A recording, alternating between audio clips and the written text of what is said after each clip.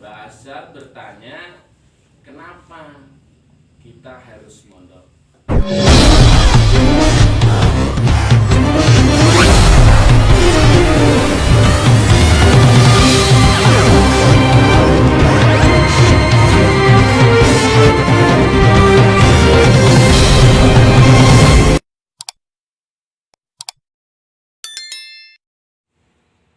Assalamualaikum warahmatullahi wabarakatuh. Jumpa lagi dengan TPA Alislah Channel. Oke pemirsa, kali ini kita akan saksikan momen atau session di mana santri bertanya pada ustadznya. Tapi jangan lupa dulu subscribe-nya, like dan komennya untuk perkembangan TPA Alislah Channel. Assalamualaikum warahmatullahi wabarakatuh. Waalaikumsalam warahmatullahi wabarakatuh. Alhamdulillahirabbil alamin. Astagfirullah wa la murati wa din wassalatu wassalamu ala asrofil anbiya'i wal mursalin.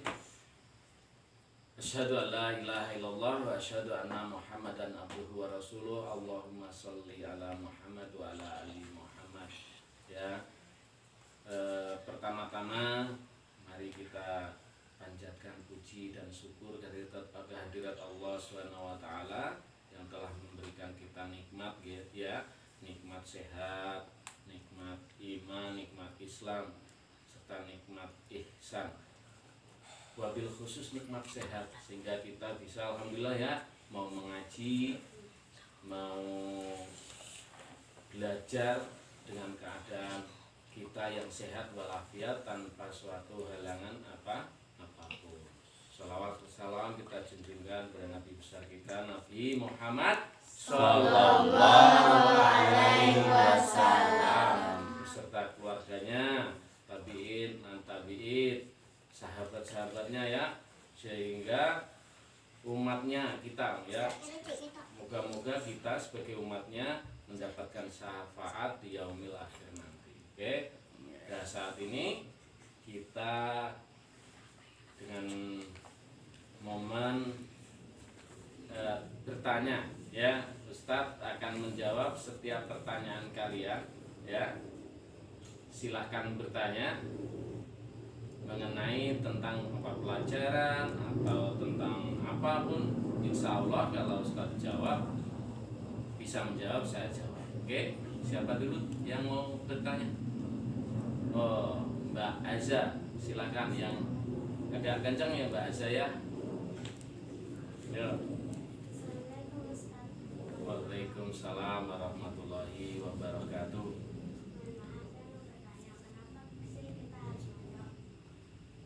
Oke, Mbak Azhar bertanya, kenapa kita harus mondok? Akan jawab semampu atau setahu Ustadz saja ya. Oke, dari Mbak Azhar akan saya jawab. Bagus nih, pertanyaan yang bagus. Mungkin ada yang mau mondok, silakan ngaju. Ada? Nggak mau? Ada yang nggak mau mondok? 1, 2, hanya 2, 3. Oh, ada 3. Bener mau mondok? Oh ya, 4. Sekian banyak baru 4 doang yang mau mondok. Padahal satu orang mondok itu kebanyakan satu yang punya banyak alasan, yaitu satu bisa memperdalam agama Islam dengan baik dan benar. Ya. Karena di pondok itu banyak sanad-sanadnya, banyak guru-guru yang bersanad, sehingga kita tahu lebih dalam ilmu agama kita. Salah satunya itu. Kemudian yang kedua, mondok itu bisa membuat kita mandiri. Ya, mandiri. Kenapa bisa mandiri, Ustaz? Bisa lebih dewasa, bisa lebih konsisten dalam beragama. Karena kenapa? yang biasa kita kalau tidak mondok, mandi itu disiapin ibunya, nyuci itu biasanya dicuciin orang tuanya, atau lagi apalagi ya, belajar itu harus ditemenin orang tuanya. Tapi sekarang kalau mondok tidak, semua harus dikerjakan sendiri. Mandi, cuci, terus makan juga bareng-bareng, tapi disediakan pondok, belajar, kemudian apalagi, pokoknya semua dikerjakan dengan sendiri, tidak dibantu dengan orang tua. Ini akan menimbulkan satu, kemandirian diri kalian, tidak tergantung oleh orang tua, tidak tergantung pada banyak orang, bisa dikerjakan dengan sendiri, mungkin lebih dewasanya lebih cepat. Kemudian pergaulan lebih, kalau di pondok itu lebih terarah. Karena apa? Kalau pergaulan di pondok itu lebih terarah karena banyak kan memperbincangkan adalah agama, terus apa ya, semuanya itu yang dikerjakan di pondok itu lebih terarah. Belajar bisa sampai 24 jam, ya, bisa 24 jam karena diawasi oleh ustadz dan kiai-kiai. Nah itu, jadi pergaulannya, kemudian pergaulannya itu bukan cuma hanya satu kecamatan, tapi bisa lebih, bisa sampai mancanegara.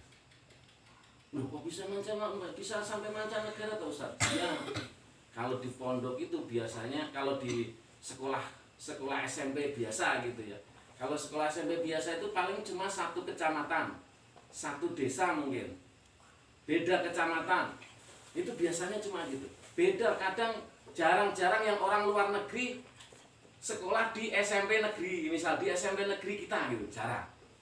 Tapi kalau di pondok itu bisa sampai mancanegara, bisa di luar kabupaten, bisa luar di provinsi kita, bisa sampai di se-Indonesia itu bisa ada. Orang seluruh Indonesia mungkin bisa ada satu pondok itu.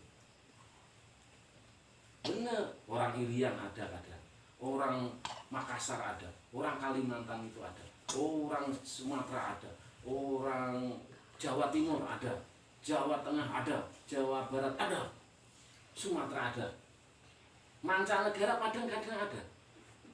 Orang mancanegara itu padahal orang dari Mesir itu pernah belajar di sini, ada. Orang Inggris ada orang yang bule-bule itu kadang ada yang masuk pesantren. Jangan salah. Jadi dengan perkembangan itu, pergaulan kalian di pondok ntar, kalau yang mondok itu akan menjaring jejaring yang banyak sekali. Mungkin kalian bisa kenal orang-orang banyak dari Jawa Barat, dari mana sekali, dari seluruh Indonesia mungkin ada. Mungkin bahkan dari luar negeri. Jadi temannya banyak. Terus tidak bercampur antara laki-laki dan perempuan, pasti dibedakan di pesantren. Pergaulannya antara perempuan ya semua, pergaulannya ya sama perempuan semua, laki-laki ya sama laki-laki semua. Nggak mungkin laki-laki sama perempuan jadi satu, nggak mungkin. Nah itu yang jadi perbedaan antara pendidikan di pesantren dan pendidikan di reguler. Begitu. Kemudian kita bisa mondok itu karena pengen mondok. Pertama, bisa 2 bahasa. Bisa 2 bahasa, malah 3 bahasa. Bahasa Inggris, bahasa Arab, bahasa Indonesia. Nah, udah 3 bahasa tuh. Bahasa Jawa loh, malah bahasa Jawa. Bisa semua. Lebih banyak. Ya, karena apa? Di pesantren atau di pondok itu setiap hari harus bahasa Arab, harus bahasa Arab, berdialog harus bahasa Arab. Nah, makanya ntar kalau kalian keluar dari pondok, fase, ana, antum, wah, ana, antum, wah pasti begitu bahasanya. Wah, oke, jadi banyak bahasa, wah, tahu kalian. Nah, bahasa Arab bisa, bahasa Indonesia bisa, bahasa Inggris bisa, bahasa Jawa apalagi. Nah, kan lebih banyak toh.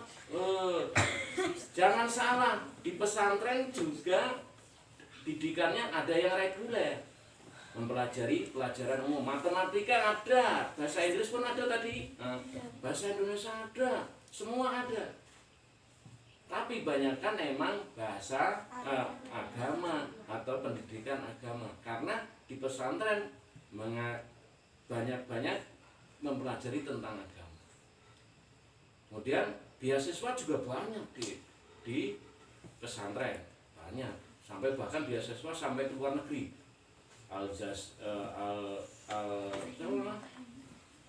Yang di Mesir itu Al-Azhar di Universitas Al-Azhar Mesir itu setiap tahun ada 100 beasiswa buat pelajar pesantren Indonesia. Bayangin kan, beasiswa juga banyak sampai menyasar ke pondok pesantren. Jangan takut orang mondok itu, ya. Kemudian siapa tahu pengen meneruskan cita-citanya mungkin yang tadi mau mondok itu cita-citanya mungkin jadi ulama afla misalnya, kiai afla, kiai raka, ustadz raka, siapa tahu, kita tahu nggak tahu, suatu saat seketika Allah menentukan kun fayakun, bila Allah menghendaki misalkan, walaupun sekarang itu geleleng misalkan, ininya geleleng, siapa tahu suatu entar tahun ke depan atau semakin ke depan dia akan mendapatkan hidayah, mendapat gelar ustaz raka. Siapa tahu ntar yang perempuan menjadi ustazah, ustazah Nabila, ustazah Kaisar, ustazah Asa misalnya, kan keren. Itu adalah harta orang tua kalian, bangganya orang tua kalian kalau kalian mondok. Bangganya saya misalkan mendapatkan anak yang menjadi ustazah misalnya. Bangga saya karena siapa tahu anak saya ntar akan memberikan syafaat bagi saya, menolong saya di akhir kelak nanti untuk menuju ke surga. Siapa tahu itu adalah harta kita, harta orang tua mempunyai anak yang mau mondok ke pondok pesantren. Alhamdulillah, itu jawaban saya ya Mbak Asa ya, kenapa kita harus mondok. Jadi jadikan motivasi, pondokan itu bukan kerangkeng atau penjara, tapi didikan kita untuk menjadikan mandiri, dewasa dan tidak menjadi anak mana lagi. Ya. Kemudian udah ya, saya akhiri ya sesi tanya jawab antara ustaz, santri dan ustaz ya. Oke. Mohon maaf ya bagi anak-anak ya, santri-santri saya ya, mohon maaf bila ada salah, ada kata-kata ustadz yang salah atau banyak ngarah sama kalian, saya mohon maaf. Oke. Akhirul kalam bila taufiq wal hidayah wa ridha wa inayah. Wassalamualaikum warahmatullahi wabarakatuh.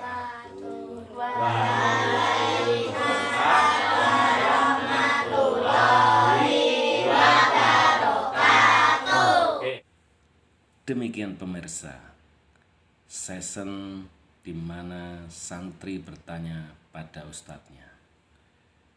Momen-momen kali ini adalah di mana kita bertujuan untuk membentuk keberanian diri, memotivasi diri untuk berbicara di publik atau di muka umum. Ditanamkan sejak dini supaya dewasanya nanti bisa berbicara di depan publik dengan mandiri. Demikian pemirsa, season ini kami tutup. Mohon maaf bila ada salah kata. Akhirul kalam, bila taufiq wal hidayah, waridho wa inayah. Wassalamualaikum warahmatullahi wabarakatuh. Dadah.